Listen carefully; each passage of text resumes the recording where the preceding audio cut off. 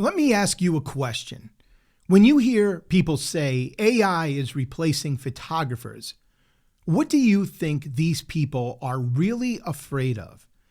Is it losing work, losing relevance, losing their livelihood, or just losing the feeling that what they do still matters? Because AI is changing photography. There is no denying that. But is it replacing photographers? That's a very different conversation. And today, I want to slow this conversation down, remove the hype and remove the fear, and talk honestly about what AI is actually doing to photography, especially for wildlife photographers, and what it's not. But you're stronger than you know. You'll never be alone when everything feels dark. Hey, I'm Jeff, and I'm a professional wildlife photographer based in Charleston, South Carolina. And on this channel, we talk about wildlife photography and photo editing, creativity, ethics, and how photography is evolving in the real world. And today we're talking about AI without panic, without denial, and without pretending it doesn't exist. Let's begin with something important. AI is not entering photography at the moment of image capture. It's entering after the photograph already exists. Right now, AI is being used primarily for culling and sorting images, noise reduction and sharpening, subject masking and selections, exposure and color balancing. It's speeding up repetitive editing tasks. But that's workflow. That's efficiency. That's not authorship. AI is very good at recognizing patterns and optimizing files. It's not so great at understanding meaning. It can tell what is sharp, but it's not wonderful at determining what's truly important. And that distinction matters more than most people realize. While AI has probably had the biggest impact on our workflows, we also can't ignore that it has impacted the lives of real photographers. Approximately 58% of photographers report that AI tools have caused them to lose business in some sort of capacity. The photographers that really have seen the biggest impacts have been photographers like stock photographers, because image generators can now generate large volumes of images, and they can do so at pennies on the dollar. This makes it very difficult for the everyday stock photographer to compete with these image generators. You can't really compete when you're going out and taking the pictures and going through the process of editing them and preparing them for stock photography sites.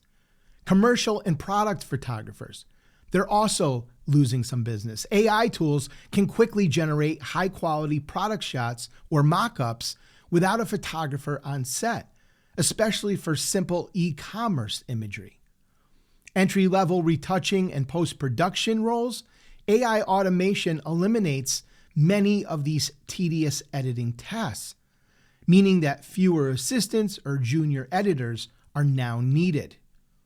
Routine editorial or micro-content work, some editorial clients now use AI to produce their filler images or rapid turnaround visual content instead of booking a photographer. Fashion photographers.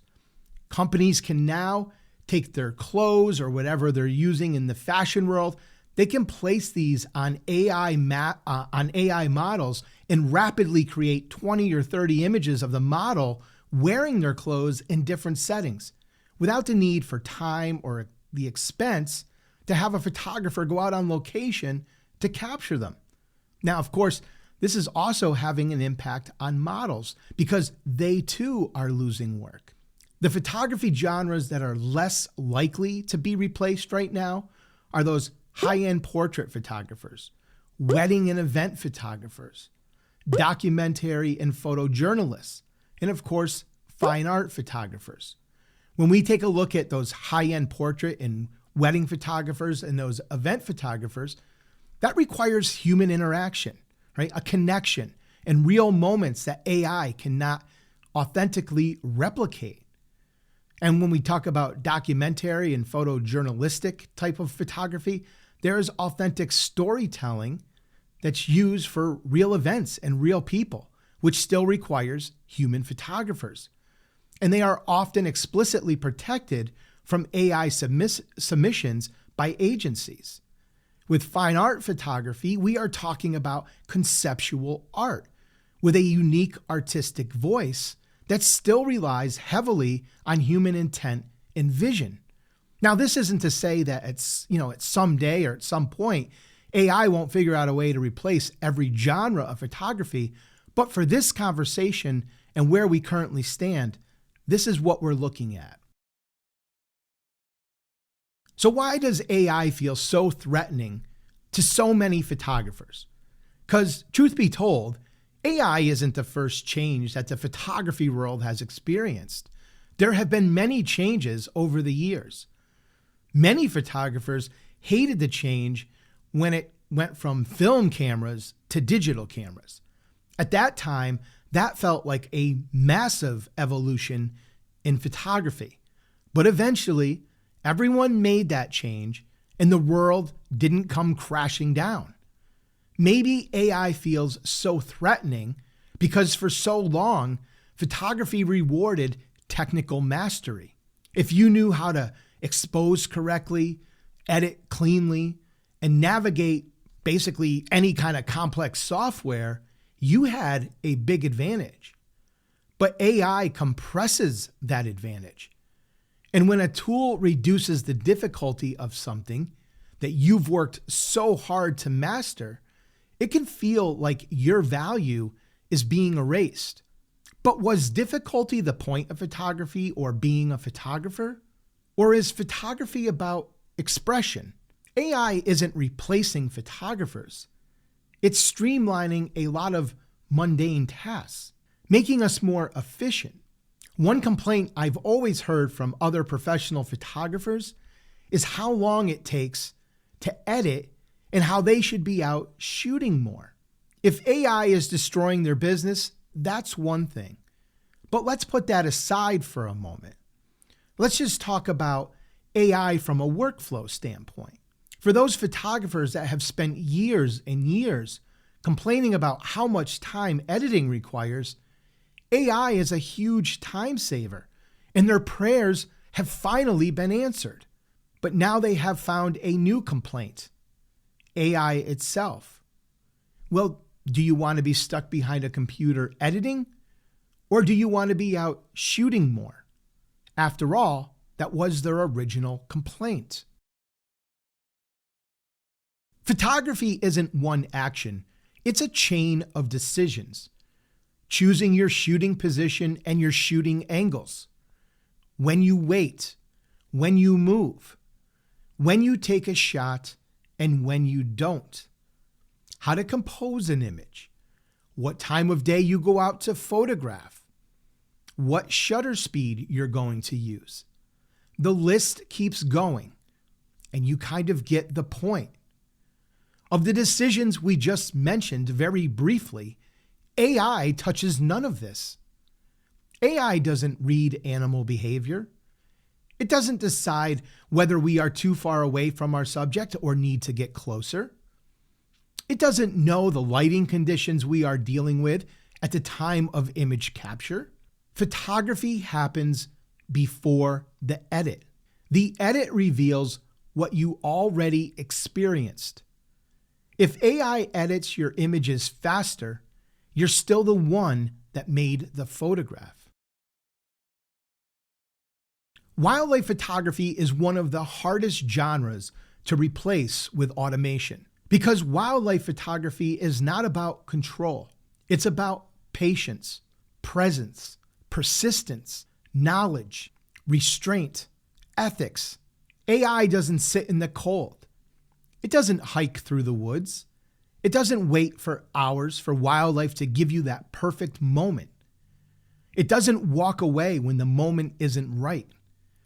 Your value as a wildlife photographer isn't your software. It's your experience.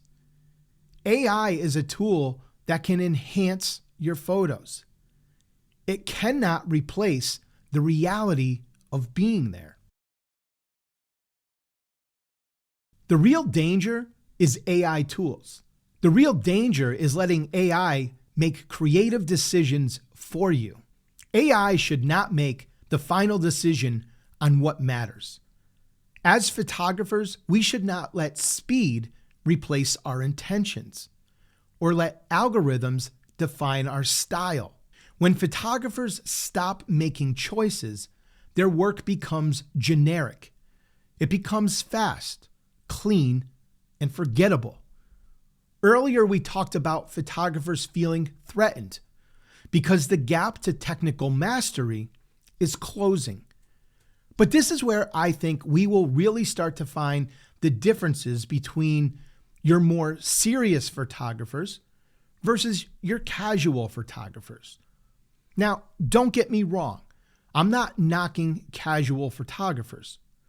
But the work of a casual photographer, in most cases, of course, should not be equal to that of a serious photographer simply because a piece of software makes the process easy. But the more serious photographer is going to better understand the importance of not letting AI dictate their creative decisions. And in turn, the more serious photographer is going to create images with more character. Personally, this is where I see the separation happening in photographers in the current photography landscape we exist in. As I see it, here's the healthy relationship with AI. We need to use it to save time, to reduce fatigue, to handle those repetitive tasks. As a photographer, we need to stay responsible for our storytelling, for capturing emotion, ethics, and interpretation. AI should serve to support our vision, not replace it. AI isn't the end of photography. It's another evolution, another transformation in our craft. We can kick, scream, and fight it all we want, but it's not going to change it. We have to somehow figure out a way to coexist with it. If your value prior to AI was speed and technical execution, AI feels threatening. If your value is expression, emotion, and storytelling, then AI becomes a powerful tool. The question isn't whether AI will replace photographers. The question is, what part of photography do you believe actually belongs to you? Being reluctant to change is human. It feels safer to protect what once worked. But the world doesn't pause out of respect for our comfort, and progress doesn't wait for permission. The real risk is not changing quick enough, standing still too long while everyone and everything has left you behind. If this video helped you to think a little differently about AI, let me know in the comments below. What do you fear most about AI? How do you think AI is going to affect photography in the long run? If you're looking for a new photo editor and you're ready to check out DxO Photolab 9, head down to the show notes and use the link that I've provided to head on over and check it out for yourself. DxO Photolab is the software that I personally use for all of my photo editing projects. Not sometimes, not just on some projects, but every single project. They have industry-leading noise reduction, and with the release of Photolab 9, they now have AI masking tools that will help you streamline your editing workflow so you can edit your images with consistency and ensure your photos look exactly the way you want them to look. Whether you're looking for natural, clean, artistic, or a moody feel, Photolab 9 will help you to create your signature style. If you're worried about learning Photolab 9, then head on over to magnoliaphotographysc.com/store, where you can check out my DxO Photolab 9 Masterclass. We will walk through the program discussing the tools inside of Photolab, and I will show you my personal editing workflow. This is going to give you the perfect jumping off point to create your very own step-by-step editing process. Thank you so much for joining me today. I appreciate so much that you took some time out of your busy day to spend it with me. I truly hope that you got some value out of today's video. But before you go, you might want to check out this next video right here.